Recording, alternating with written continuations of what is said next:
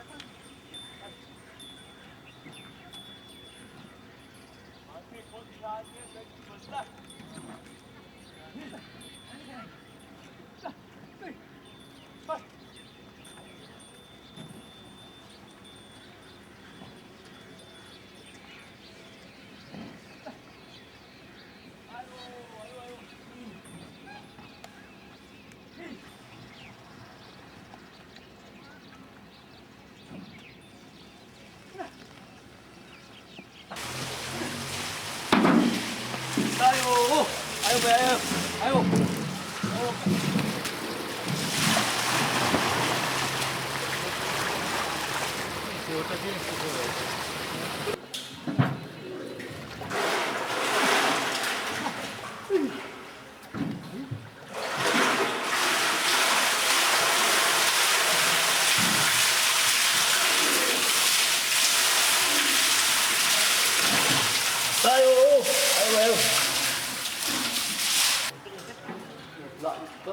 나도 빨리 그래. 나 그렇게 해. 그래 건들이. 그래 건들이. 빨리 나도 그래. 거기 그 나도. 자, 빨리 가.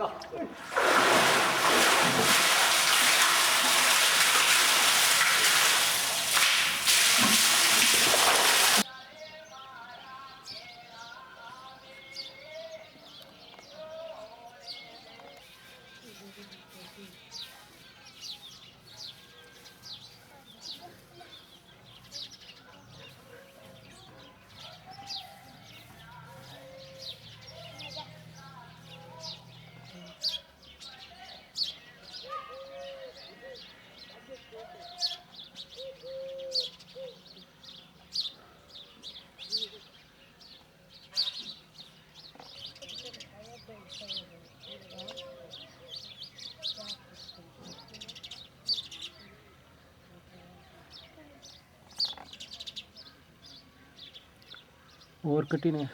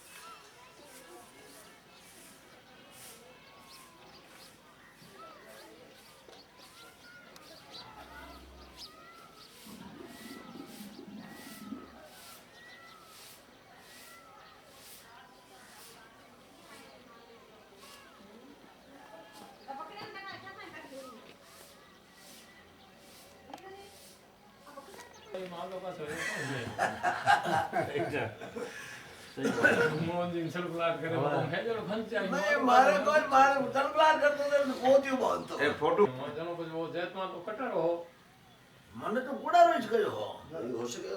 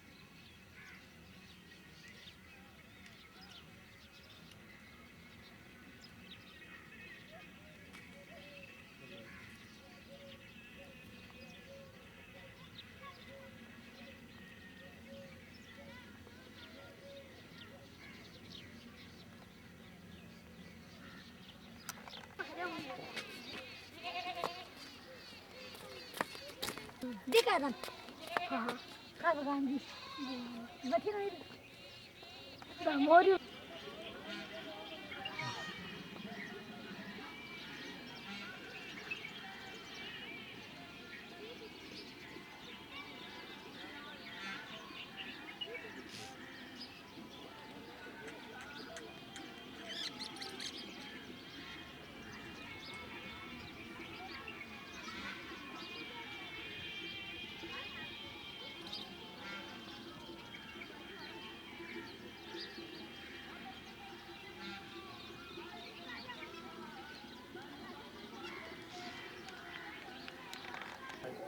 ये क्यों अपने में और जाती है जब ठीक है तो उठे भाई करना नहीं बोली है उठे भाई आगे भी शोध कार्य में कैसा ईमानदारी से काम होना चाहिए पक्षपात में प्रशंसा में कोई बात नहीं है इतिहास होता है क्या जो उदाहरण आपने दिए उनका सब आज़ादी के बाद के लिखे हुए हैं और उनमें कोई प्रामाणिकता नहीं जितने छंद है सब अशुद्ध है जगह जगह एक किताब के भगत सिंह वाले उदाहरण दिया आपने हर जगह पर मैंने कहा कि इन्होंने जो नाम लिखे हैं वे नाम बिल्कुल फर्जी है एक आदमी ने बनाए 1100 वर्ष पुराना आदमी बना करके जेठ मतलब चारण पुराने जमाने में कोई चारण राजपूत लिखता ही नहीं था गोत्र लिखते थे सब तो मैं प्रमाण दिया इसके रचनाकार का नाम ये जब ये छपा करने जब बाप कभी था ही नहीं उसके नाम से कि नंजी खिड़िया थे कहाँ गए थे मुझे मालूम नहीं सही तो उन्होंने मेरी इतनी आपकी डीप नॉलेज है इस पीढ़ी के आदमी कम रहे मैंने बहुत प्रश्न लेकिन उन्होंने बुरा नहीं माना दूसरा बेवकूफ़ नाराज हो जाता मैंने सच्चाई लिख दूँ मैंने कहा इस कचरे को हटा दो और जो आपने हिंदी में लिखा उसको छाप दो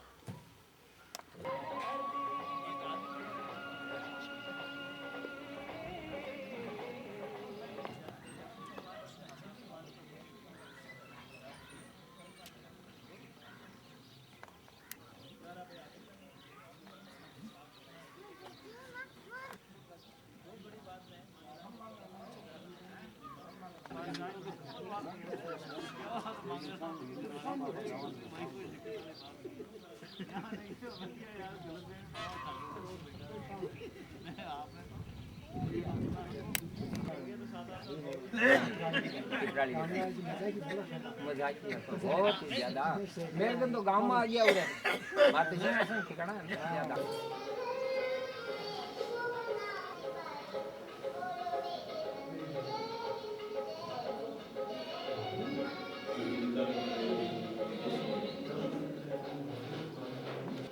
शी गोंदा के दया निकले यार क्यों लगे शी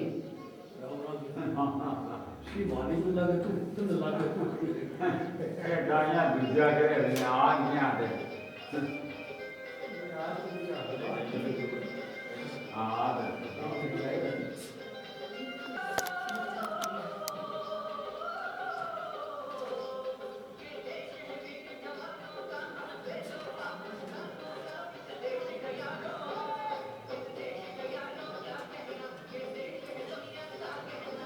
कौन चाली है नीचे आओ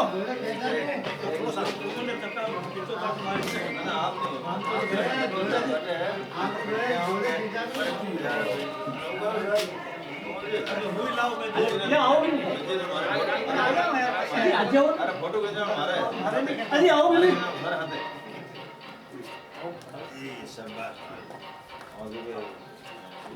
याद ही है एक हमें रास्ता पकड़ ले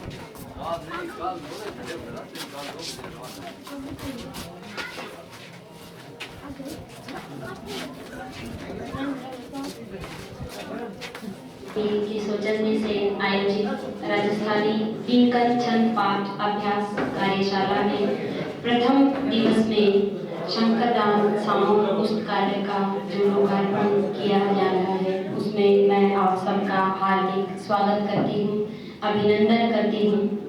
और देखा जाए तो आज का दिन गोवासर की धरती के लिए सोने का सूरज लेकर के आया है और आज का वो सौभाग्यशाली दिन है कि नहीं विश्व के वरिष्ठ कथाकार विजयदान जी देथा और आइए आगे आगे बढ़ाइए। चंद्रप्रकाश जी एवं जिनको किसी परिचय की आवश्यकता नहीं है और विशिष्ट अतिथियों में है श्री जी लखावत, जिनके विषय में यही कहना चाहूँगी कि वो हमसे पूछते हैं उनका परिचय, कोई हमें बताए कि हम उन्हें क्या बताएं। और अब कार्यक्रम के संयोजक हैं श्री भंवर सिंह जी सामोर।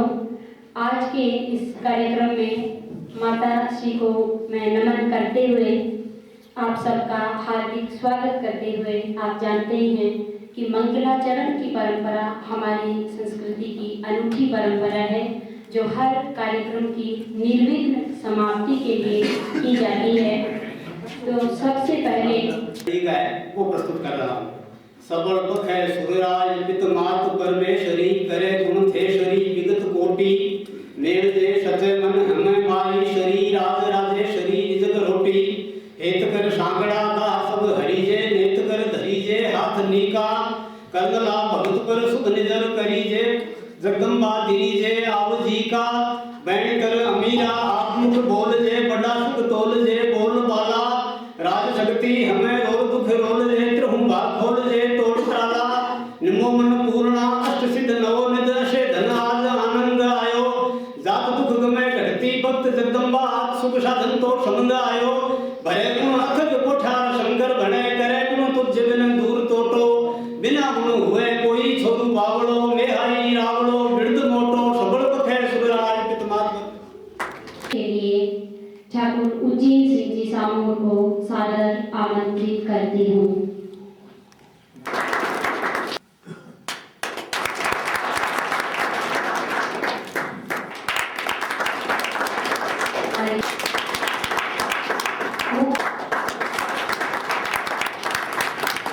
माल्यार्पण करने के लिए मैं कानदान जी को सादर आमंत्रित करती हूँ। श्रीमान कानदान जी।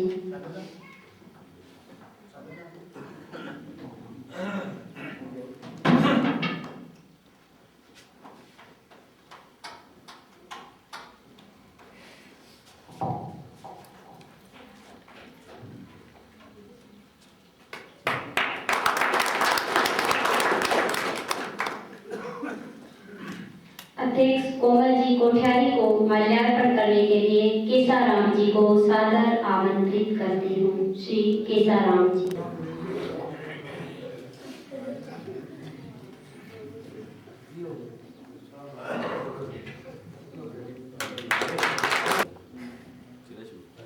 रघुनाथ सिंह जी कविया चेला जी।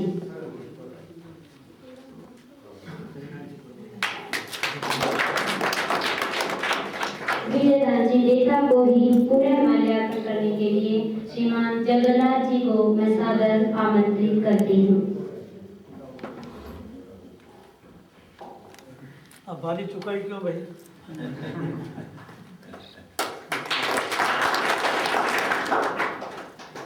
श्रीमान ओंकार सिंह जी लखावत को माल्यार्पण करने के लिए मैं आमंत्रित करती हूँ। श्री चंद्रदास जी।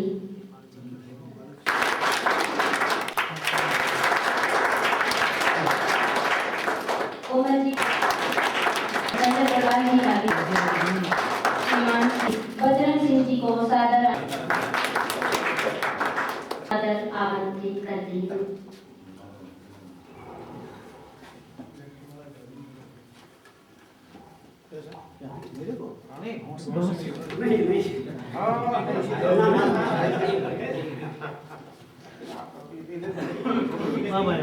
ऐसा करो ना आप कीजिए।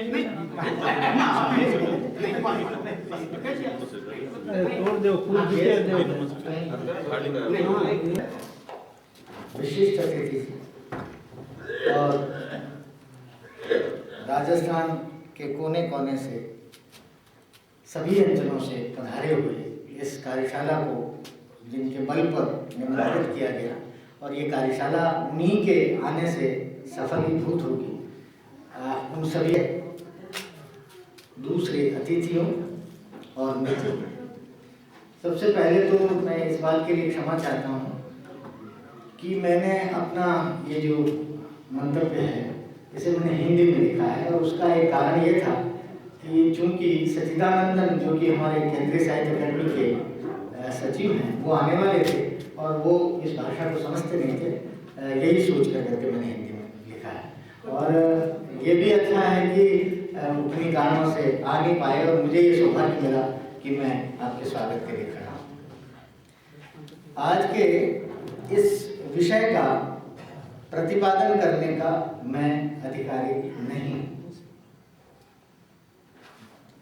आज के इस विषय का प्रतिपादन करने का मैं अधिकारी नहीं हूँ, क्योंकि मैं छंद पाठ के क्षेत्र में डिप्टी सेक्रेटरी बोलते थे, आप क्यों बोल रहे हो? वो आए नहीं, क्योंकि मैं छंद पाठ के क्षेत्र में नितांत अनभिज्ञ हूँ। और इसका भी कारण है वह यह कि जरा थोड़ा ख्याल यह कि मैं बचपन में अपने जिन दादाजी से कविता सीखना अथवा सीखने की चेष्टा करता था, वे अपने स्वभाव से एक हद तक तानाशाह थे। तानाशाह इन अर्थों में कि उनका कहा अंतिम होता था, कोई अनर्गल बाल जिज्ञासा उनके सामने टिक नहीं पाती थी। मैं कभी कभी पूछ बैठता कि अभी जो आपने छंद पढ़ा वह किसका था। यदि कवि का नाम उनकी स्मृति में होता तो झट से बता देते, पर यदि नहीं होता तो उनकी थोड़ी दाढ़ी हिलती, पेशानी पर सल पड़ जाते और वे अपनी आंखों को थोड़ा सिकोड़ कर वही जुमला दोहराते थे, तलवार किसकी जो बाय उसकी, छंद किसका जो सही पड़े उसका। मैं उनकी उलझाई इस वृत्ति को सुलझाने का यत्न करता तो वह अधिक उलझ जाती। महाभारत के शांति पर्व का एक श्लोक है, श्लोक संख्या 174, भी ऐसी ही गुत्थी उपस्थित करता है, जिसमें यह सवाल है कि गाय किसकी, उसके बछड़े की अथवा पालक की, या स्वामी की अथवा दाम चुकाकर ले जाने वाले अन्य की। और इसका उत्तर भी वह श्लोक इस रूप में देता है, जो उसका दूध पीता हो उसी की। मैं अपने दादा से उस समय बिल्कुल असहमत था, आज भी, पर उनकी बात में छिपा हुआ गुणार्थ अब समझ में आता है कि एक ऐसा पाठ करता जो उस छंद को उसी तरह आत्मसात करके पढ़ता है, उसका कुछ तो अधिकार बनता ही है। इसका यह तात्पर्य कतई नहीं निकाला जाए कि वह उसका रचयिता मान लिया जाए। हाँ, उसका एक तात्पर्य, इसका एक तात्पर्य अवश्य है कि छंद पढ़ना भी छंद रचने के रचनात्मक श्रम से कम नहीं। यदि उनके बताए अनुसार मेरी बाल बुद्धि काश उसका जस का तस पाठ करने योग्य हो जाती, तो मैं आज आपके समक्ष खड़ा होकर जो भी कुछ कह रहा हूँ उसे एक आत्मविश्वास से भरे अनुभवी की तरह कह सकता था, क्योंकि मैं सीख कर एकदम अनभिज्ञ छंद में उनकी बताई जगह पर नहीं रुककर अपनी सांस की खातिर पहले विराम ले बैठता था और तत्काल उनकी झिड़की सुनाई दे और क्षणांश में ही उनकी इच्छा के अनुरूप मुझसे उम्र का फासला एक छलांग में नहीं लांगा गया और न ही मिठास और खट मीठे स्वाद का लालच छोड़ा गया। परिणाम स्वरूप इस विद्या से वंचित रहा। आज जो कुछ भी अंत क्षण आपके समक्ष कहूँगा, यह उसी क्षण वहां से भाग खड़े हो जाने से रही अनभिज्ञता का नतीजा है। पहला, छंद मनुष्य की सहज आनंद प्रवृत्ति की उपज है। इसकी जानकारी हमें बहुत पहले से हो गई थी कि छंद से साधारण सी बात में भी एक गति आ जाती है और यह गति मनुष्य के चित्त पर सीधी दस्तक देती है और भीतर जाकर रस उत्पन्न करती है, जिसे हम आनंद के रूप में भी जानते हैं। वैज्ञानिक भी इस बात का समर्थन करते हैं कि आदमी सीधी रेखा की अपेक्षा वक्रिम और वर्तुल रेखा में चलने से अधिक सौंदर्य का नृत्य विधा इसकी साक्षी। मनुष्य की यही वक्रिम प्रियता छंद के रूप में साहित्य में प्रकट हुई। संसार की तमाम पुरानी भाषाएं छंदों में ही सुरक्षित हैं। आदिम जातियां अपने अनुभव छंद के माध्यम से संचित करती आई है। छंद हमारी भाषा जितना पुराना है, हमारे साहित्य जितना पुराना है और हमारी मनुष्यता जितना पुराना है, हमारी सभ्यता जितना पुराना है। छंदोग्य उपनिषद में का एक मंत्र है, उसमें देवा वे मृत्युरो विभ्यस्त्रयी विद्यां प्रविशन्ते छंदो भिरच्छादयन् यदि भिरच्छादयम् तच्छंदसा छंद स्तवम्। देवासुर संग्राम में जब देवतागण और देवता और जब असुर और देवता आमने सामने हुए और देवता जब कमजोर पड़ने लगे तो देवतागण मृत्यु को सामने आई देखकर डर गए। अपनी रक्षा उन्होंने विद्या त्रयी में आसरा लिया, पर काम न बनता देख उन्होंने वेद ऋचाओं का ऐसा मधुर गान किया अथवा पाठ किया कि मृत्यु मुग्ध हो गई। और मृत्यु मुग्ध होने के कारण उन्हें देख नहीं सकी, मानो वे देवतागण वेद मंत्रों से अच्छी तरह आच्छादित हो गए हों और वे मृत्यु से बच गए। कदाचित आच्छन्न होने अथवा आच्छन्न करने की शक्ति के कारण ही छंद शब्द की व्युत्पत्ति हुई। अभी आभास मिलता है। छंद के भीतर की गति ही उसे प्रसादक और मोहक बनाती है। वर्ण या मात्रा की गणना के अनुसार विराम के नियम वाले वाक्य में यह गति पुनः पुनः गतिमान होकर अपना प्रभाव उत्तरोत्तर बढ़ाती चलती है। कविवर रविंद्रनाथ ठाकुर ने कहा है कि मनुष्य की सत्ता में अनुभूति लोक ही वह परम रहस्य लोक है जहाँ बाहर के रूप जगत का संपूर्ण वेग अंतर का आवेग बन जाता है और यह अंतर का आवेग बाहर रूप ग्रहण करने को उत्सुक हो उठता है। इसलिए वाक्य जब हमारे अनुभूति लोक के वाहन के काम में नियुक्त होता है तो उसमें गति का होना आवश्यक हो जाता है। वह अपने ही अर्थ से तो बाहरी घटनाओं को व्यक्त करता है, किंतु गति के द्वारा आंतरिक वेग को प्रकाशित करता है। अनकोट। यह गतिवान वाक्य छंद ही तो है और छंद केवल छंद रचयिता के अंतर के वेग को ही प्रकट नहीं करता, अपितु उस वेग को सुनने वाले के चित्त में भी संचारित करता है। और यहाँ सुनने वाले शब्द अत्यंत महत्वपूर्ण है, क्योंकि सुनने सुनाने की क्रिया पाठ की क्रिया है।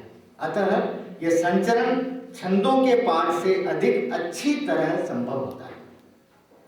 वेदों में जो छंद हैं उन्हें हम पद्य नहीं कहकर मंत्र कहकर पहचानते हैं। यह मंत्र छंद और उसके पाठ से बनता है। एक लय में बार बार आवृत्ति वाले वाक्यों को हम मंत्र कह सकते हैं।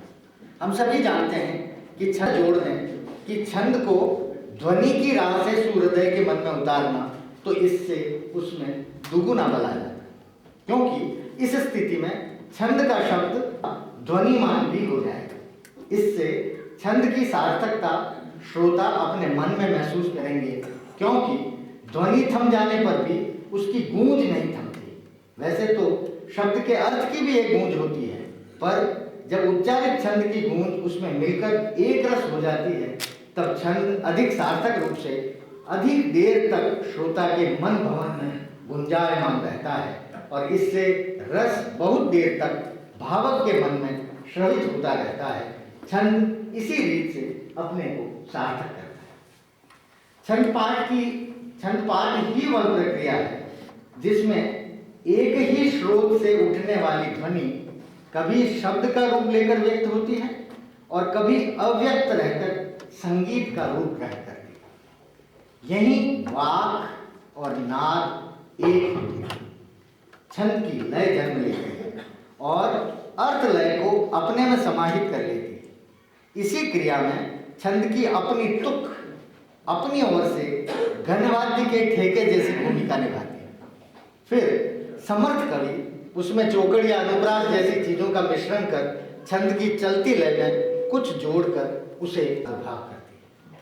ये पाठ की क्रिया ही है जो रस को द्विगुणित करती है, रस की मात्रा को बढ़ाने में सहायक बनती है। छंद चूंकि पहले ही अपने भीतर काव्य भाषा का अपना वजन लिए होता है और वर्णों अथवा शब्दों के बीच अवस्थित अंतराल के रूप में समय को भी धारे रहता है। ये सारी चीजें मिलकर छंद को जीवित ही नहीं करती, अपितु उसमें जान डाल देने वाले मुहावरे के अर्थ में एक अतिरिक्त ओज का सौंदर्य भी डाल देती। कदाचित इसीलिए राजशेखर ने अपनी काव्य मीमांसा में काव्य सर्जन की अपेक्षा काव्य पाठ को अधिक महत्वपूर्ण माना है।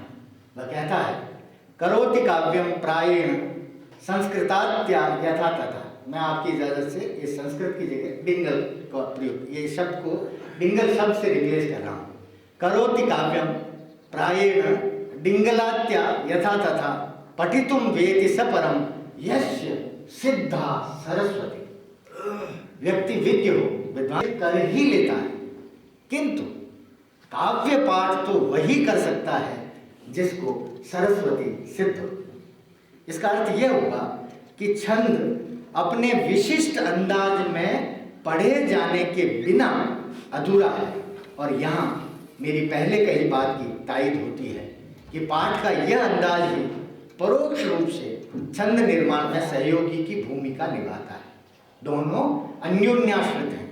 यही नहीं, छंद पाठ एक छंद की खोट को जानने का भी उपक्रम बताती है कि सारे भौतिक तत्वों का रस पृथ्वी, पृथ्वी का रस जल, जल का रस औषधि और पुरुष औषधियों का रस है। पर सबसे महत्वपूर्ण बात जो यह ऋचा व्यक्त करती है वह यह कि वाक पुरुष का रस है। वाक का रस ऋक् और ऋक् का रस साम है और उद्गीत इसी साम का रस है जो कि उच्च स्वर का गान है, पाठ। चूंकि वाक का जोड़ा प्राण से है, इससे हमें यह निष्कर्ष प्राप्त होता है कि प्राणवान वाणी से उच्चरित छंद, प्राणवान वाणी से उच्चरित छंद अथवा मंत्र अपने आप प्राणवान को उठता है। वाणी बृहस्पति और प्राण उसका पति। आंगिरस ऋषि ने और बाद में आयास्य ऋषि ने वाणी की उपासना इसी रूप में की। प्राण और अपान के संधि को उन्होंने व्यान कहा। यही व्यान वाणी कहलाता है। उनके अनुसार उद्गीत गान तभी संभव है जब श्वास को न लिया जाए और न छोड़ा जाए। 5 दिवसीय इस छंद पाठ की कार्यशाला में इसी वाणी और श्वास के संयोग से हम देखेंगे कि कैसे सांस ली जाती है, कब ली जाती है, एक सांस में कितना पढ़ा जाता है और कहाँ सांस लेने को का विराम आता है। यही प्रक्रिया हमारे समक्ष अन्यान्य छंदों की पठन गत के भेद खोलेगी। वाचक है और जिसे वे ध्वनियां व्यक्त करती हैं वह वाच्य। वाचक और वाच्य का संबंध अखंड है। वाच्य सारतः प्रकाश रूप है और वाचक विमर्श रूप। इसी ग्रंथ में आगे वर्णों को प्रकट करने वाली शक्ति के रूप में विमर्श शक्ति को परावाक कहा। चित्ती ही प्रत्यवमर्शात्मा परावाक स्वर शोधिता। विमर्श से अभिन्न इस परावाक को ही संगीत में परनाद कहा। दोनों में एक व्यक्त है, दूसरा अव्यक्त, पर इसका निर्धारण करने के लिए हमें जिस प्रक्रिया का सहारा लेना होता है वह वाचन अथवा गायन है।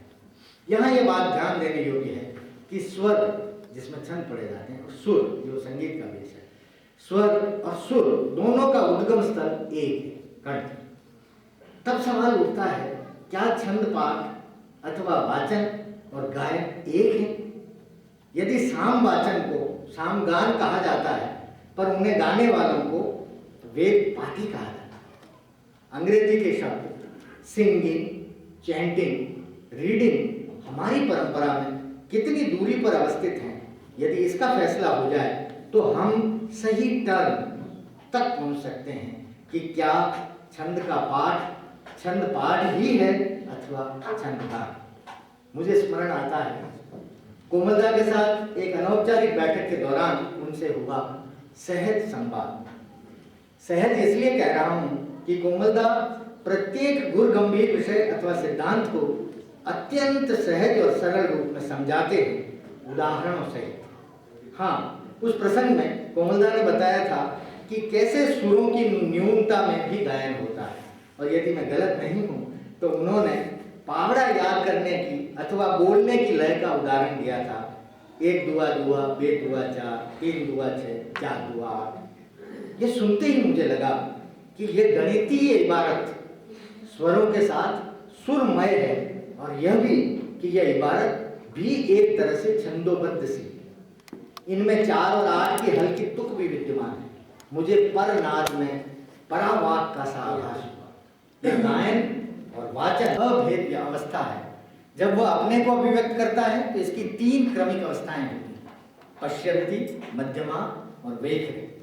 स्थूल नाद में अथवा वाक में ये तीनों अवस्थाएं कैसे एक हो जाती हैं, और जब इनमें भेद उत्पन्न होता है तो वह अलग अलग होकर क्या क्या और कितनी कितनी श्रुतियां बन जाती हैं। ये सारी बातें अगर कोमलदा को समय मिलेगा और हमारा सौभाग्य होगा तो हमें सुनने को मिलेगी। मैं इसीलिए ये छेड़ने के लिए ये सब कुछ उपक्रम कर रहा हूँ, आपका ज़्यादा समय ले रहा हूँ। अभिनव गुप्त ने कवि सृष्टि के प्रसंग में संगीत के परनाद और वाणी के परावाक की शक्ति को प्रतिभा कहा। क्या इस प्रतिभा के क्षेत्र में वाचन और गायन का भेद कम से कमतर हो जाता अथवा बढ़ जाता? इस प्रकार से कई प्रश्न इस कार्यशाला के अवसर पर न सही इस आयोजन के औचित्य से निश्रित होंगे, ऐसा मेरा विश्वास है। हम इन 5 दिनों में छंदों के पाठ के महीन से महीन भेदों से वाकिफ होंगे, रूबरू होंगे। मेरा आशय है हम कुछ न कुछ जरूर सीखेंगे। अलग अलग छंद पाठ में कई संभागी अपने पाठ से यह भी दर्शाएंगे कि चीज वही है। पढ़ने टू रीड की अपेक्षा ढंग और दबंग कंठ से पढ़ने पर, टू चैंट उसको उच्चारित करने पर वह क्या से क्या हो जाती है। मेरा आशय है वे यह प्रतीति करवा देंगे कि ठीकरी का काजल आंख का काजल बनकर कैसे महत्वपूर्ण हो जाता है। वो इस काजल ठीकरी, वो इस काजल नहीं। मेरा विश्वास है कि यह कार्यशाला सफल रहेगी और अपनी सोची हुई ऊंचाइयों को प्राप्त करेगी। इस अवसर पर मैं वो जो दूसरी भूमिका निभा रहा हूँ, सच्चिदानंद का प्रोटोकॉल, इस अवसर पर मैं कार्यशाला के शुभारंभ वाली इस संगोष्ठी के अध्यक्ष पद्मश्री कोमल कोठारी, जिन्हें हम चलते फिरते और बोलते विश्वकोश के रूप में जानते हैं, का स्वागत करता हूँ। इसी समारोह के मुख्य अतिथि श्री विजयदान देथा, जिन्हें हम बिज्जी के नाम से जानते हैं और जो समकालीन भारतीय भाषाओं में लिखे जा रहे साहित्य में अपना लब्ध प्रतिष्ठ नाम और पहचान रखते हैं, उनका स्वागत करता हूँ। अपने विशिष्ट अतिथि इस समारोह के श्रीमान ओंकार सिंह जी लखावत, जो सांसद हैं और जिनके सहयोग से ये पुस्तकालय, ये भवन जहाँ पर हम आज बैठे हैं, ये बना है। मैं इस अवसर पर, चूँकि वो हमारे विशिष्ट अतिथि हैं, मैं उनका तहे दिल से स्वागत करता हूँ। इसके साथ ही जोधपुर, जैसलमेर, बाड़मेर और कच्छ, सौराष्ट्र, चूँकि मुझे उम्मीद थी वो लोग पहुँच जाएंगे, और मुझे ऐसी आशा है कि वो आज नहीं, क्योंकि बीच में गड़बड़ियाँ हो गई हैं, तो कल तक आ जाएंगे।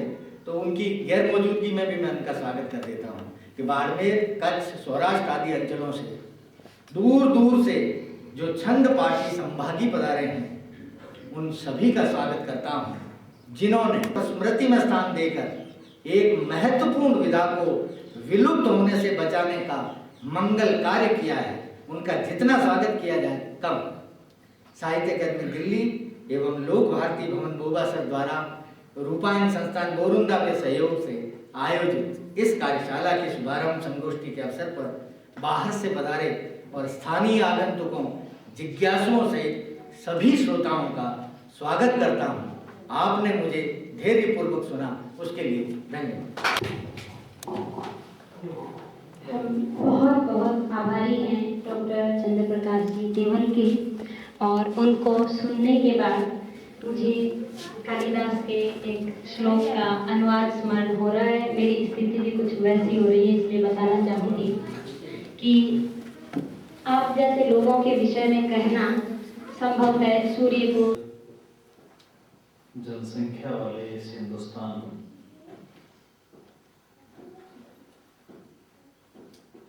में लगभग एक छोटे से गांव में, जिसको बोबासर कहते हैं, पर बड़े लोगों की जन्मभूमि महाकवि शंकरनाथ सामोर जी की जो जन्मभूमि रही, इस जन्मभूमि में इस पावन स्थली पे आकर के सबसे पहले मैं उसको नमन करता हूँ, उनकी स्मृति को नमन करता हूँ।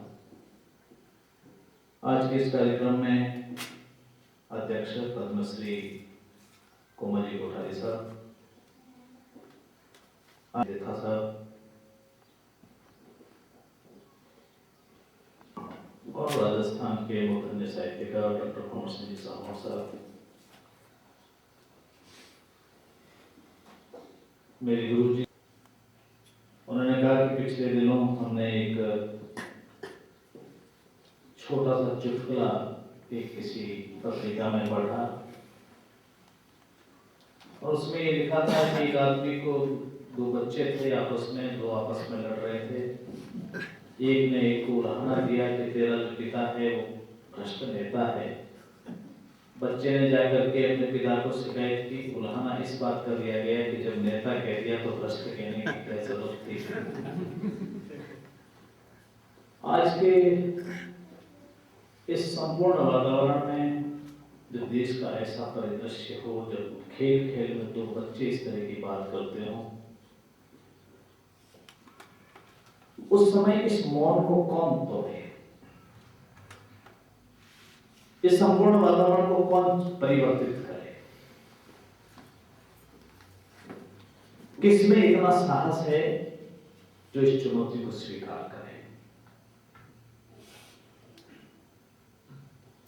और इसलिए सबसे बढ़िया काम आजकल कुछ लोगों ने, जो पढ़े लिखे लोग हैं, जिनको भगवान ने बुद्धि दी है, वाणी दी है, पोषण दिया है, उन्होंने, मुझे ऐसा लगता है कि सबसे बढ़िया तरीका ढूंढा है कि बोलना नहीं चाहिए।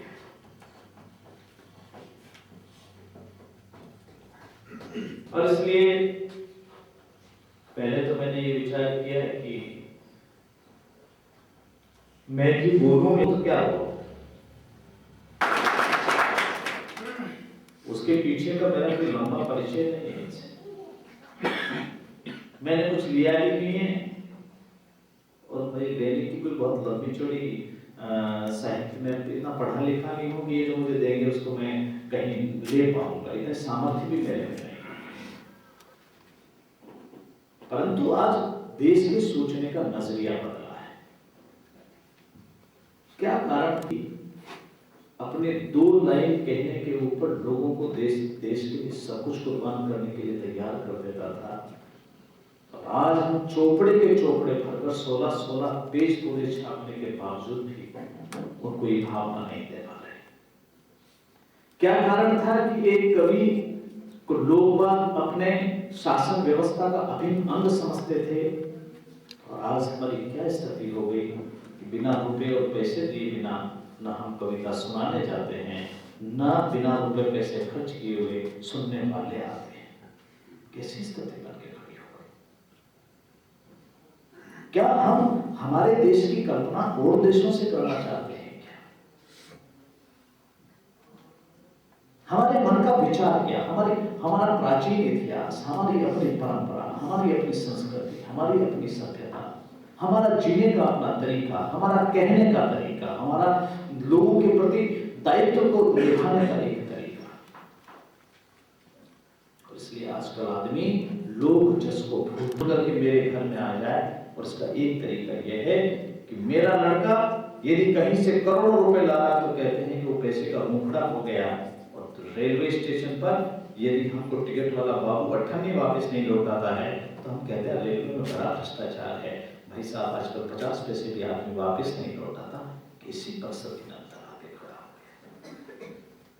गया। इस बात के लिए हार्दिक स्वागत और अभिनंदन करता हूँ, आभार प्रकट करता हूँ कि जब मुझे अवसर मिला कि संसद में जाने का,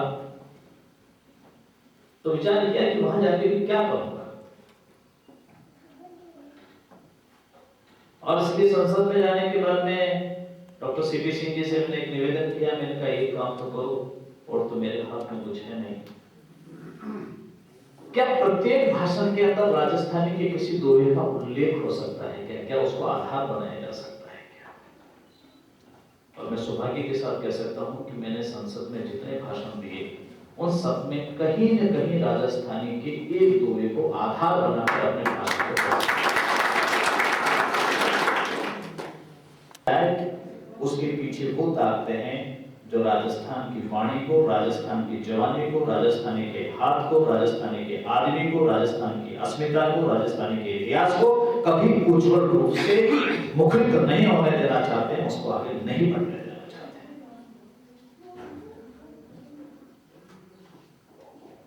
और प्रांत में जाइए, आपको अगर मैं कहीं किसी और प्रांत में गया, मुझे उस क्षेत्र की भाषा नहीं आती है, तो मेरे दोनों हाथों को काम मिलना मुश्किल होता है। मेरे को यदि वो भाषा नहीं आती तो मेरी वहां शिक्षण व्यवस्था होना मुश्किल होता है। और इसलिए जो व्यक्ति आता है वो ये कहता है कि संविधान की 8वीं सूची में जुड़ना चाहिए, परंतु जब काम करने का अवसर आता है उस समय सब उससे पीछे हटने की कोशिश करते हैं। और मैं आज एक बात आपसे निवेदन करना चाहता हूं, वीरेंद्र सीपी साहब की इस बात को एक बार उल्लेखित कर चुके हैं, बाकी सब साहित्यकार विद्वान ने किया है। और इस भवन का उद्घाटन भी पद्मश्री कमल कोठारी जी के कदमों से हो गया, आप सबकी उपस्थिति में हो गया। इससे बड़ा और कोई सौभाग्य नहीं हो सकता, कोई शुभ अवसर नहीं हो सकता।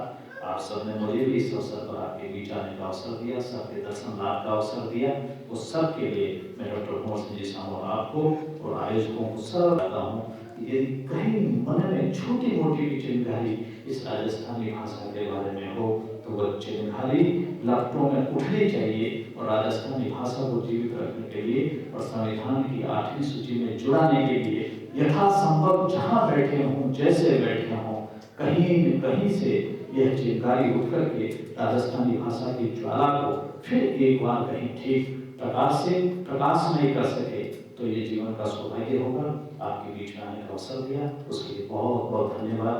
मैं भाषण देना नहीं जानता हूँ, साहित्य की भाषा भी मुझे आती नहीं है, बहुत बहुत धन्यवाद।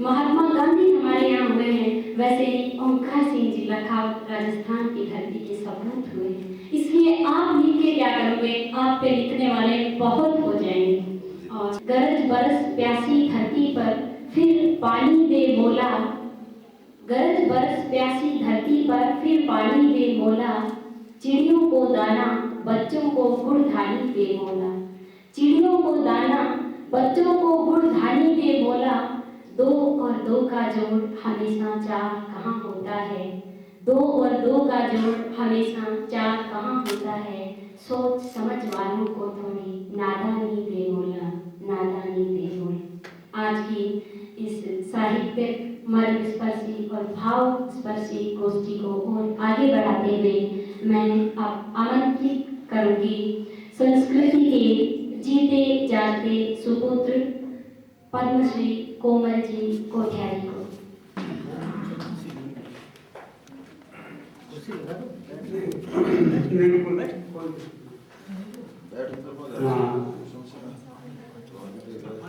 सभी बुजुर्ग जो महानुभाव सभी को मैं अभिवादन करता हूँ। मेरे पहले 2 वक्तव्य हुए। भाई प्रकाश जी ने शिव पाठ की विधा के विषय में विस्तार से अत्यंत भावपूर्ण से और अत्यंत ढंग से संत पाठ की विधा के विषय पर चर्चा की।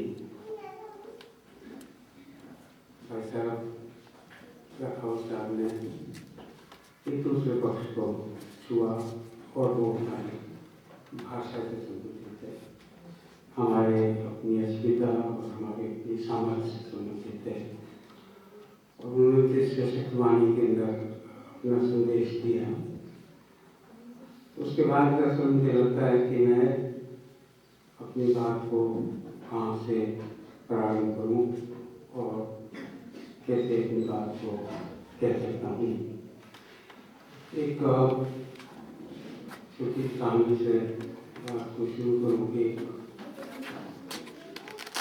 कोई साल किसी जगह से निकल रहा था और एक बाजार के अंदर एक छोटा बच्चा खड़ा था।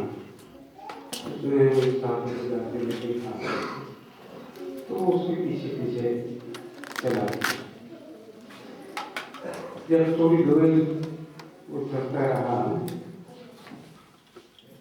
तो उस बच्चे ने साधु से कहा कि मुझे कुछ दे। साधु ने जवाब कुछ नहीं दिया। सामने से एक कबूतर उड़ रहा था, उसकी तरफ एक उंगली से इशारा किया और वो कबूतर सोने का होकर के उस बच्चे के पाँव में आकर गिर गया। बच्चे ने उठाया तो देखा कि ये सोने का कबूतर एक उसने छोड़ दिया। फिर आगे गया, देखा मुझे कुछ दो। एक बेटी उधर से निकल गई कि उसकी तरफ उंगली का इशारा किया।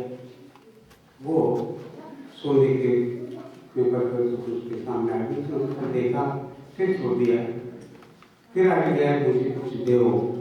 एक कुत्ता था, कुत्ते से बनी हुई थी, कुत्ता सोने का हो गया। उसने उसको भी देखा, उसको भी छोड़ दिया। उसके बाद में बगीचा आ गया था, उसके अंदर एक बहुत बड़ा शेर की मूर्ति बनी हुई थी। बच्चे ने पूछा कि मुझको कुछ दो। उसने शेर की तरफ से किया, वो एक विशाल शेर की मूर्ति सोने में हो गई। बच्चे ने उसको भी देखा, लेकिन फिर भी उसके किसी से कहा। जब एक निर्जन जगह में आ गए तब बच्चे ने फिर कहा कि मुझे कुछ दो। तब साधु बहुत नाराज हुआ।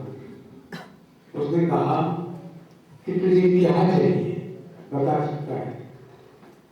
तो उसने कहा कि मुझको और कुछ नहीं चाहिए, ये जो सोना आपने बनाया ये मुझे नहीं चाहिए। मुझे आपकी उंगली की वो शक्ति दे दीजिए कि जिससे सोना बनता है।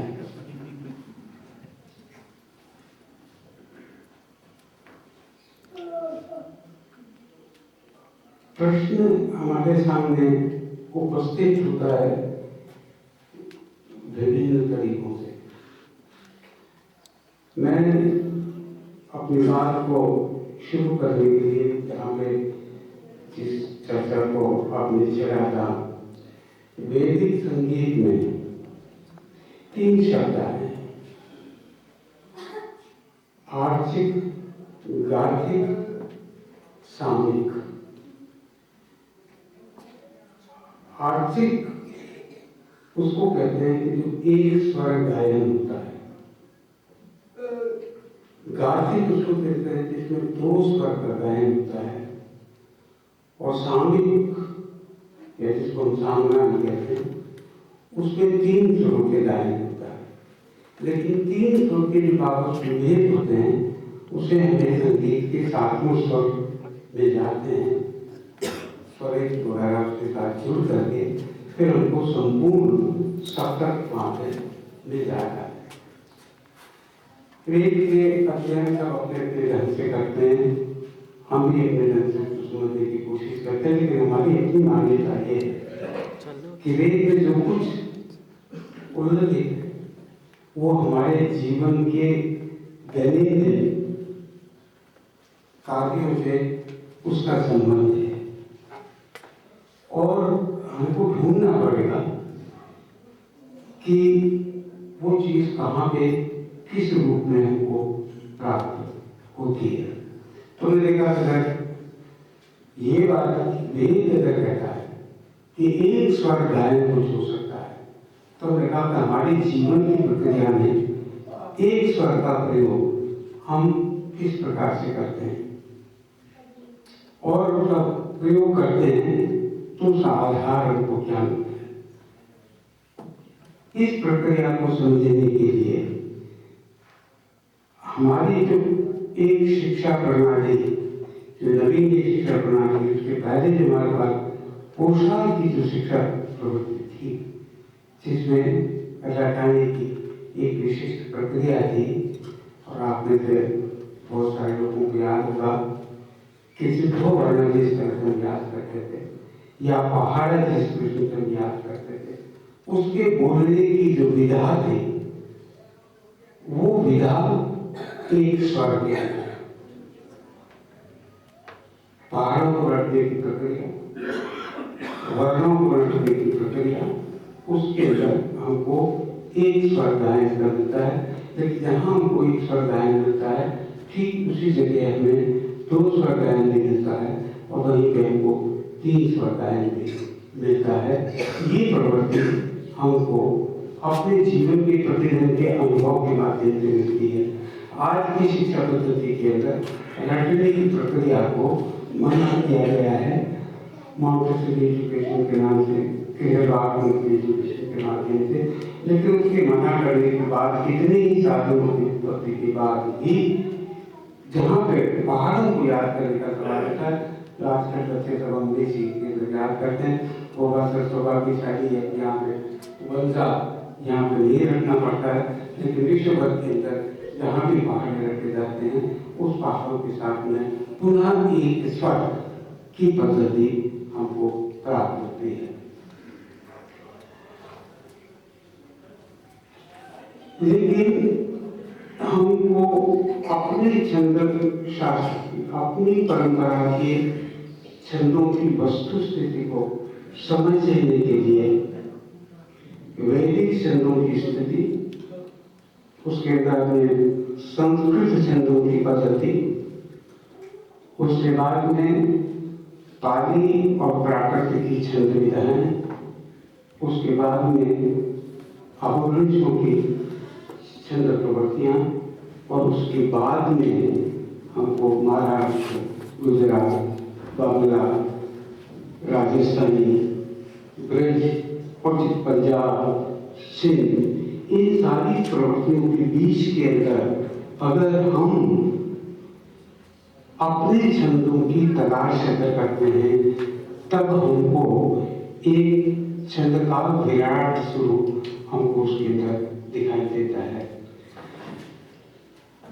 मुझे लगता है कि जिंदल काल की वस्तु स्थिति को सही मायने में समझने के लिए, उसके छंद की प्रवृत्ति को सही रूप से समझने के लिए प्राकृत कर्म,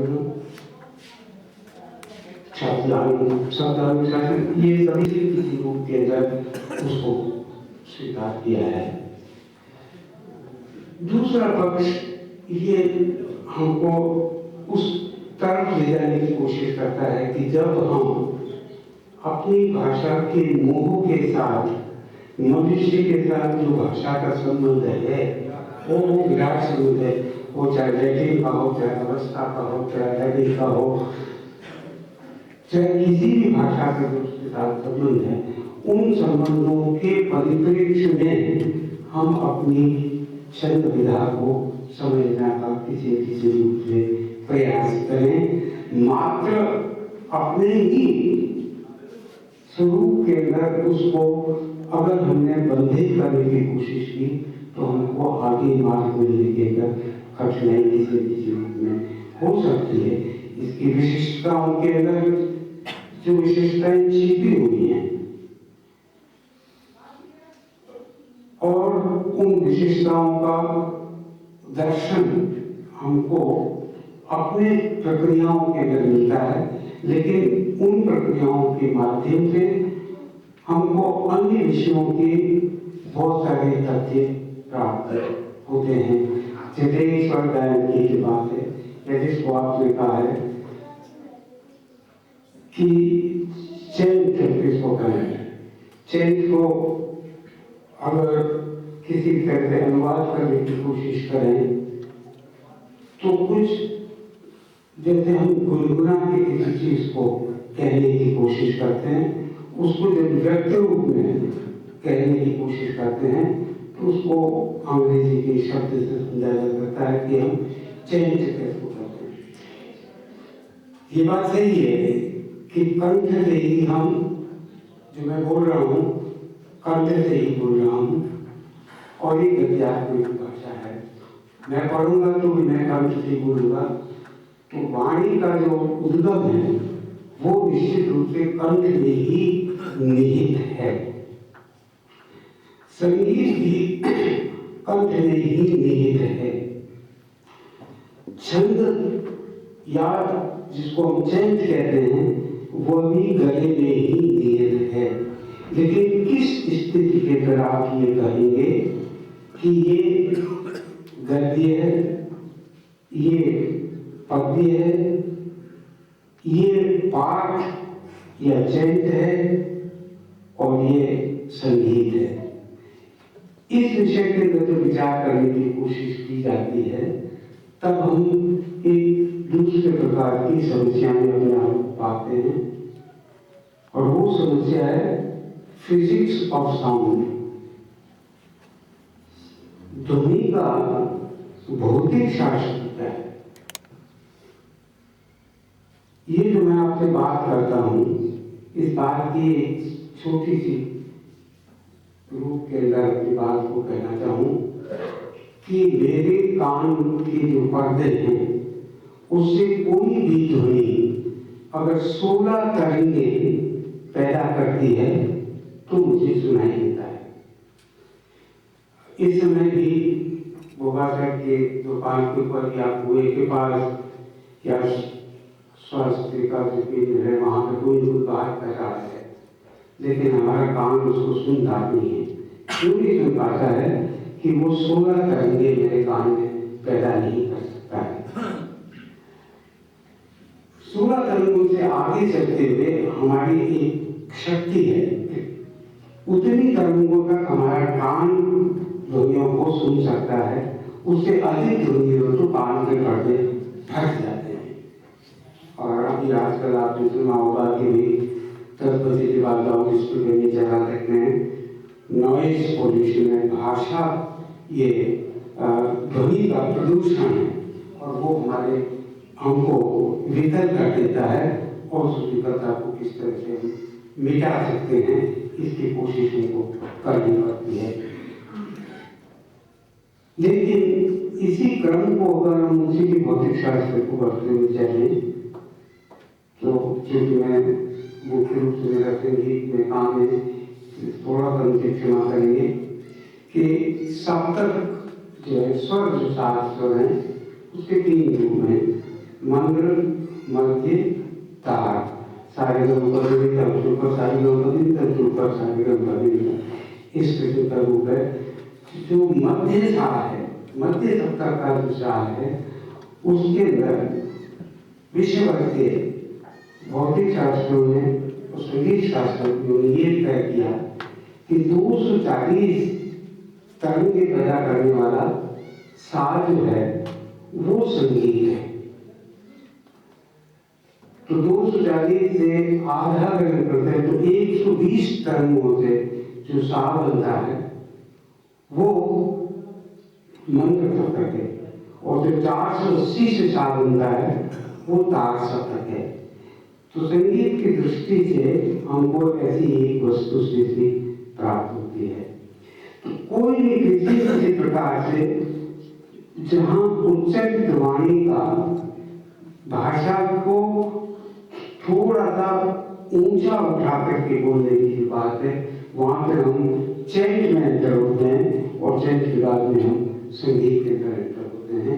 ये एक परिस्थिति अगर हम संगीत के या ध्वनि के भौतिक शास्त्र को फिजिक्स को समझने की कोशिश करें तो उसका ये आधार हमको प्राप्त होता है। मैं ये भी कहना चाहता हूँ आपको कि हिंदुस्तानी संगीत के अंदर आज की तारीख के अंदर आपने देखा होगा तानपुर है या हारमोनियम है, तो उसके अंदर जो षड्ज की स्थापना जो है वो षड्ज की स्थापना के प्रकार के अंदर जहाँ पे किसी किस्म का मानकीकरण होता है कि जो हारमोनियम जैसी चीज है उस हारमोनियम के अंदर एक की है कि जिसको आप पढ़ते हो दबाएंगे उसमें हवा निकलेगी, उसमें आराम से निकलेगी। हमारे पास हिंदुस्तान के अंदर ऐसा बात ये कोई नहीं था। पश्चिम में जो भारत में आए और इस हारमोनियम को ले गए उसके पास हमारे पास ऐसा कोई साधन नहीं था जिसके अंदर हम ये कह सकें कि इतनी तरंगों वाला ही सा होगा। इसके अपने कॉम्प्लिकेशन हैं, उन कॉम्प्लिकेशन को हम छोड़ देते हैं। लेकिन संगीत के साथ जो दूसरा पक्ष जो सबसे प्रमुख रूप से जुड़ा हुआ है वो है लय, रिदम। अब छंद एक ऐसी प्रक्रिया है कि जो भाषा का लयात्मक रूप है। अगर छंद में लय नहीं है या किसी भी प्रकार की भाषा के प्रयोग में कोई नियमित अगर लय नहीं है तो वो छंद का आकार ग्रहण नहीं कर सकता।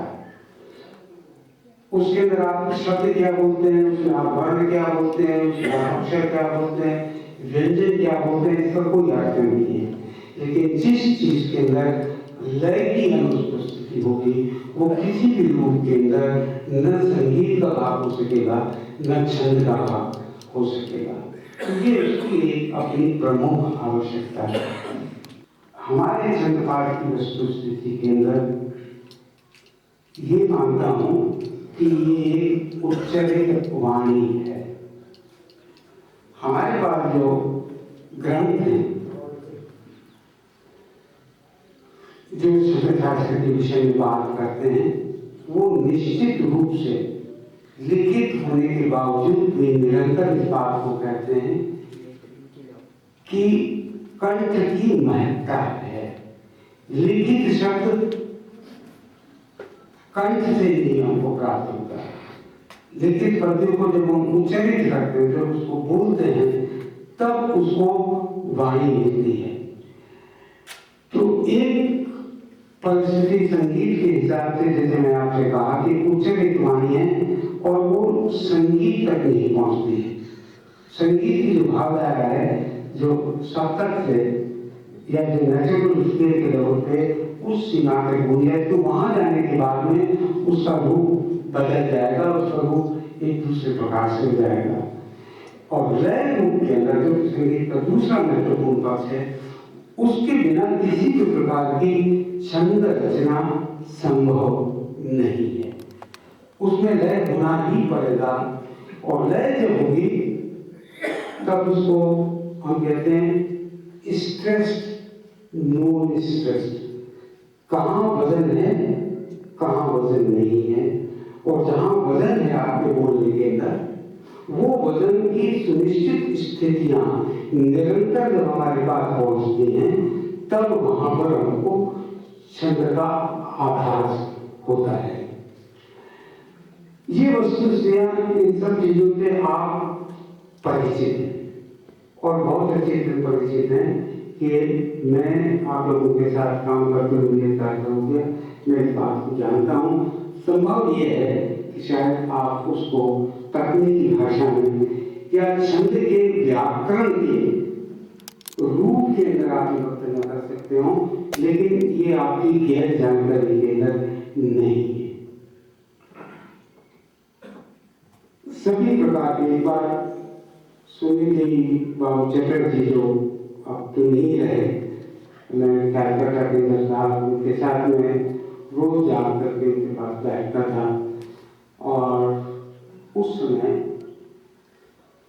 डिंगल गीतों की और छंदों की बहुत सारी बातें, क्योंकि राजस्थानी लोग बहुत अच्छे विद्वान थे, उन्होंने खुद बहुत लिखा, उनसे बातचीत होने के संबंध में उनसे मैंने जानने की कोशिश की कि भाई इसके बारे के अंदर आपको किस रूप में समझने की बात है। तो मैंने कहा कि इस प्रकार के छंद की प्रक्रिया के पाठ का महत्व अधिक है, उसके लिखित रूप का महत्व उतना नहीं है। तो उन्होंने मुझसे कहा कि ये बात आप राजस्थानी छंद शास्त्र यही कहते हो, ये सही नहीं है। संस्कृत का जितने छंद हैं उसके पाठ के विधान वो कहने लगे कि हमने सुने के बाबू को मरे हुए 50 साल के करीब ज़्यादा उधर हो गए, हमने जब सुने उस बात को 70-80 साल पुरानी बात होगी, तब उनका कहना था कि शिखर ने हरि की किताब हमको थोड़ा थोड़ा याद था तो उन्होंने पढ़ के सुनाया कि इसका विधान इस प्रकार से था। आज की तारीख में छंद को उस प्रकार से पढ़ने की स्थिति हमको नहीं दिखाई देती। तो पढ़ने की ये प्रक्रिया का महत्व मैं फिर वापस आपको माफी चाहता हूँ कि मैं संगीत का विद्यार्थी हूँ और संगीत के बारे के अंदर अधिक जानकारी हासिल करने की कोशिश करता रहता हूँ। संगीत में भी हमारे सामने एक समस्या आती है कि आप कोई भी चीज जो गाते हो तो आप सांस तांगे राष्ट्रगान गाते, जनगण मन अधिनायक जय है भारत भाग्य विधाता। अगर हम पूरे गीत को उस रूप में समझने की कोशिश करेंगे तो हमको पता लगेगा कि इस संगीत संरचना के अंदर एक निहित स्थान है, वहीं पे आप श्वास ले सकते हो। उसके अलावा अगर कोई श्वास ले लिया तो आप उस गीत को न लय में गा सकोगे न सुर में गा सकोगे। एक स्थिति देखिए, हम लोग संगीत का सभी प्रकार से संग्रह करते हैं, रिकॉर्डिंग करते हैं, उसको सुनने की कोशिश करते हैं। तो हमारे लिए एक बहुत बड़ा चैलेंजिंग फील्ड है कि जो हमारी महिलाएं गीत गाती हैं शादी ब्याह के अंदर, बच्चे के जन्म के ऊपर, त्योहार के ऊपर, जब उन महिलाओं के गीतों को हम रिकॉर्ड करते हैं तो हमको ये पता पड़ता है कि ये महिलाएं जहाँ पे भी गाती होती हैं, एक तो इनके कोई सुनने वाला नहीं होता। घोड़े पे बैठ के चढ़ा औरतें गा रही हैं, कोई उनको सुनता नहीं है। हल्दी लग रही है, वो गीत गा रहे हैं, कोई उनको सुनता नहीं है। सिर्फ शादी ब्याह के अंदर एक गीत है जिसको लोग सुनते हैं और उनको सुनाने के लिए कहा जाता है, तो सिर्फ गाने हैं जो शादी के वक्त में गाए जाते हैं, वो किसी चीज को नहीं सुना जाता। इन महिलाओं के गीतों का जो सांगीतिक विश्लेषण करते हैं तब हमको ये पता पड़ता है कि ये सब महिलाएं अलग अलग जगह सांस ले रही हैं। जैसे मैंने कहा आपको कि जनगण मन अधिनायक जय सभी साथ लेंगे, वहां वो सांस नहीं लेती है, कोई कहीं लेती है, कोई नहीं लेती है, कोई कहीं लेती है। लेकिन जिस वक्त सांस कोई ले रही है उससे कोई दूसरी औरतें गा रही है तो हमको उसके अंदर एक कंटिन्यूटी लगती है, लेकिन वो कंटिन्यूटी उनके सांस में नहीं होती है। अगर उनके सांस के अंदर ये कंटिन्यूटी होती तो हम ये कहते कि ये लोकगीत न होकर के एक कोरस है, एक सामूहिक गीत है। सामूहिक गीत के अंदर और लोकगीत के अंदर जो अपना विभेद है वो विभेद वहां से मिट जाता, लेकिन महत्व सांस का है। इस रूप से हमने राजस्थान के लोक संगीत के श्वास की प्रक्रिया के सिद्धांतों को समझने की कोशिश की। हमको ये पता लगा कि वे महिलाएं जो किसी न किसी रूप में किसी न किसी प्रकार के संगीत वाद्य का उपयोग करती हैं, अर्थात जो हमारे देश में गाई जाती हैं उसके अंदर जो महिलाएं गाती हैं वो ढोलक का प्रयोग करती हैं, कामर हैं वो मंजीरे का प्रयोग करती हैं, जोगी हैं वो खंजरे का प्रयोग करती है या पुंगी का प्रयोग करती है। तो जहाँ पे वाद्य का प्रयोग है और वहां पे श्वास लेने की प्रक्रिया एक हो जाती है। अब इसी श्वास लेने की प्रक्रिया को हम अपने विशिष्ट तौर पर डिंगल गीतों को अपने सामने रखते हैं तो किसी का पाठ सही पाठ तभी हम माना जाएगा कि जब हम उस सांस की नियमबद्ध प्रक्रिया को जानते हो। उसके बिना उसका पाठ बिल्कुल ही नहीं सकता। मैं पाठ ले भी सकता हूँ, बोल भी सकता हूँ, लेकिन वो नहीं होगा। अब श्वास की प्रक्रिया संगीत की अनेक प्रकार की स्थितियों को समझाने के लिए एक बहुत ही उपयोगी साधन है। साथ ही साथ इसका महत्व हमको आज की तारीख में, आधुनिक काल में हमको कहाँ कैसे मिलता है। मैं एक प्रकार से उस प्रकार के छंद रचना की वस्तु स्थिति की तरफ आपका ध्यान ले जाना चाहता हूं कि जहां पर छंद रचना के पूर्व उन नियमों का निर्धारण किया गया कि जिसके द्वारा आप श्वास की प्रक्रिया को उपयोग में लेंगे। अब उनको अगर आधुनिक जीवन में इस बात को अगर समझना है कि वो कौन सी जगह है कि जहाँ पे श्वास के विभिन्न प्रकार के प्रयोगों के बिना आप काम नहीं कर सकते। रेडियो स्टेशन पे जाइए, जो अनाउंसर है, टेलीविजन पे जाइए, जो अनाउंसर है और जिसका वहाँ पे सिलेक्शन होता है या जिसको चुना जाता है, उसको कहा क्या जाएगा कि आप इस वाक्य को या इस पैराग्राफ को पढ़िए, और पैराग्राफ के पढ़ने के अंदर जिस चीज को देखा और समझा जाएगा वो भी देखा जाएगा कि आपने उसके पढ़ने के अंदर अपनी श्वास की प्रक्रिया को व्यक्त करने के लिए आपने सही रूप में काम में लिया या नहीं लिया, और उसको हम कहेंगे वॉइस ट्रेनिंग। जब तक हम अपने कार्यों के माध्यम से उसके अंतर्निहित सिद्धांतों की किसी रूप में आधुनिक जीवन के साथ उसके जोड़ने की कोशिश नहीं करेंगे, तब भी हमारे सामने ऐतिहासिक परिप्रेक्ष्य अवश्य रहेगा। उस ऐतिहासिक परिप्रेक्ष्य से बाहर जाने का हमको साधन नहीं मिलेगा। साउंड, ध्वनि एक सिद्धांत के रूप में, श्वास की प्रक्रिया लय के सिद्धांत के रूप के अंदर, और इस प्रकार की प्रक्रियाओं के माध्यम से किस प्रकार की चीजें, कितनी चीजें आपको बता सकता हूँ।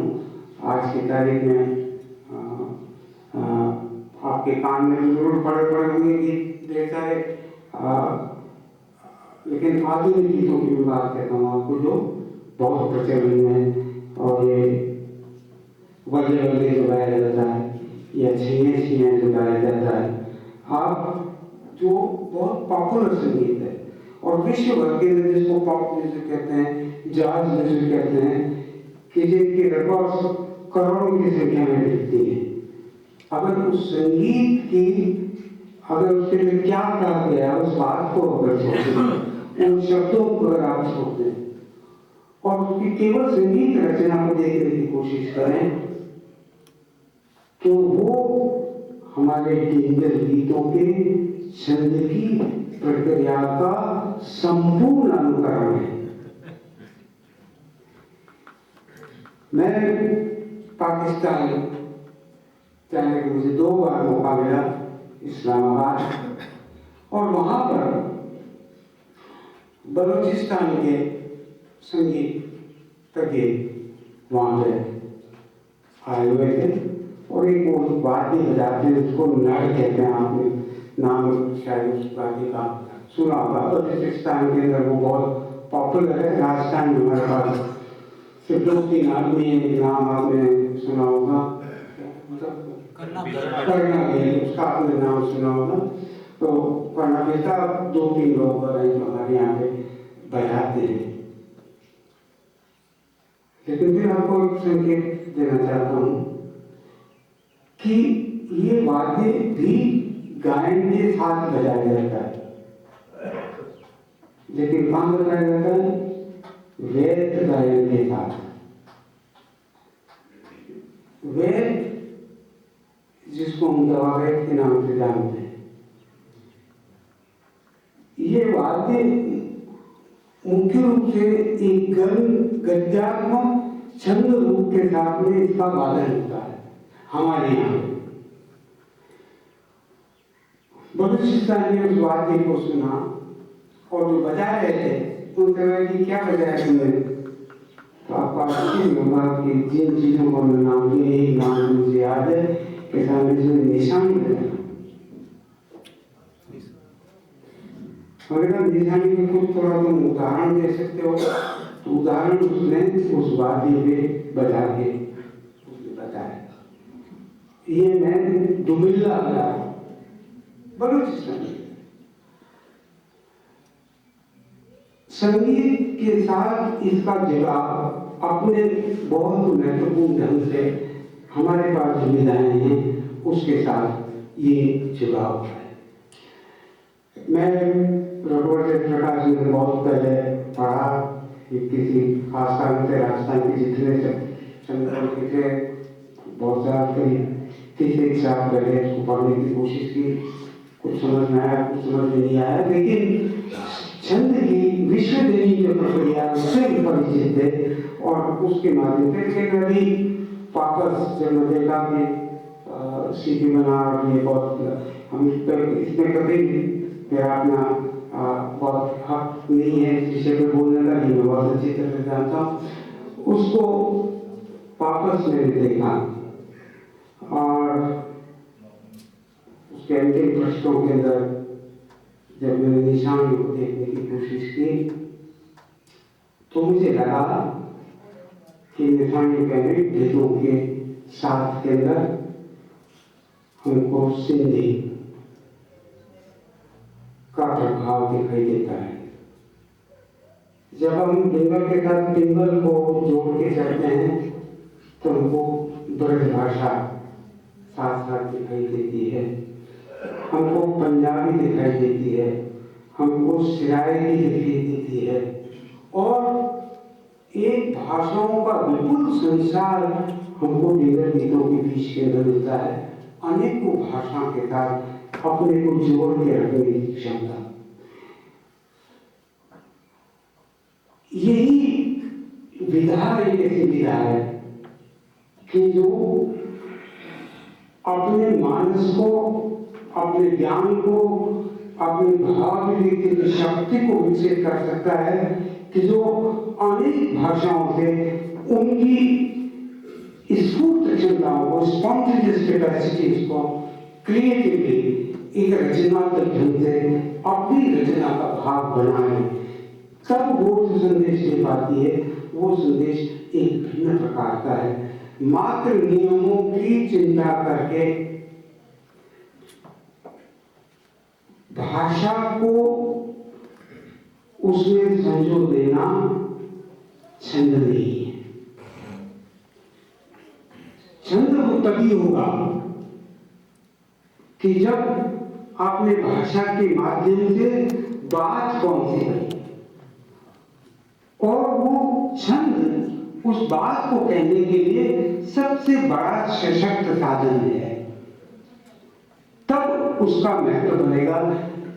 ये बात मुझको अपने आप में बहुत महत्वपूर्ण लगती है और मुझे ये भी लगता है कि वैदिक से संस्कृत, संस्कृत से पाली, पाली से प्राकृत, प्राकृत से अपभ्रंश, अपभ्रंश से राजस्थानी, गुजरात को हिंदी और अन्य भारत की सभी भाषाएं, ये सब अगर विकसित निरंतर होती रही हैं तो हमको भी अपने काल की दृष्टि से कहीं एक जगह स्थिर होना आवश्यक नहीं है और हमको यह हक लेना चाहिए अपने शास्त्र के नियमों के अनुरूप उसकी शक्ति को ग्रहण करते हुए कि हम उसमें अपनी बात को कह सकें, अपने तरीके से कह सकें, अनुकृति के माध्यम से नहीं। ये परिस्थिति जो है हमको समझ में आती है।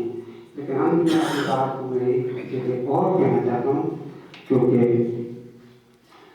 बहुत सारे संगीत के ग्रंथों का आनंद वचन, अभिनव, भामा, दंडी, ये जो संस्कृत के महान विद्वान थे जिन्होंने संगीत काव्य शास्त्र की रचना की। काव्य शास्त्र की रचना का अर्थ यह है कि काव्य के नियमों को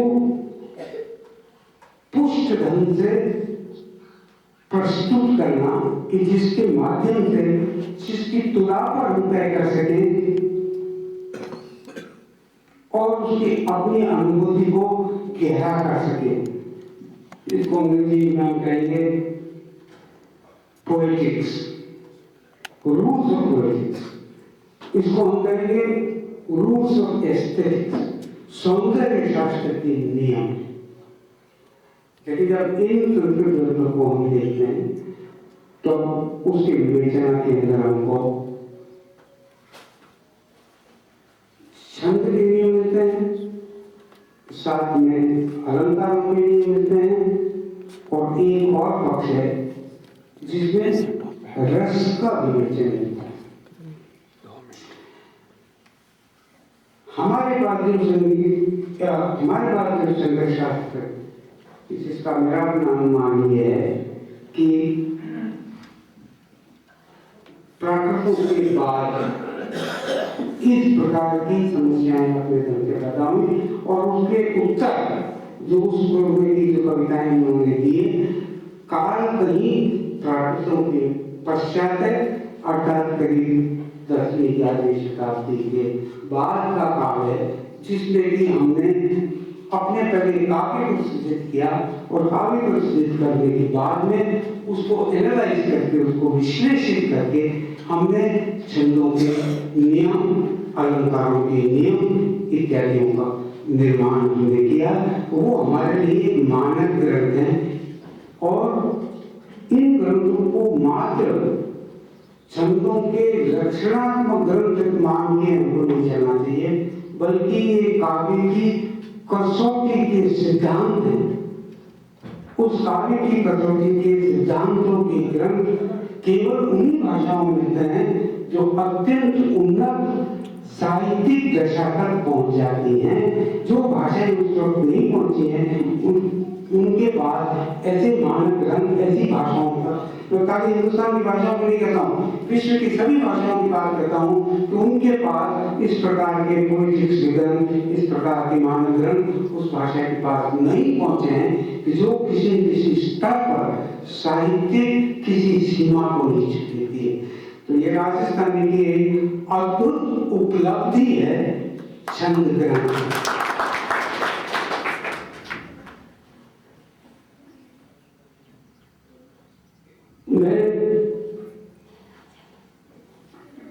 मेरे लिए दो तरह की बातें हैं। एक तो मैं लिखता नहीं हूँ, एक तो मुश्किल है, और दूसरा मुझे बोलने का कोई अभ्यास नहीं है। तो ये भी मुझे पता नहीं पड़ता कि मैं बात कहाँ से होगी, कहाँ खत्म करूँगी, मुझे पता नहीं लगता।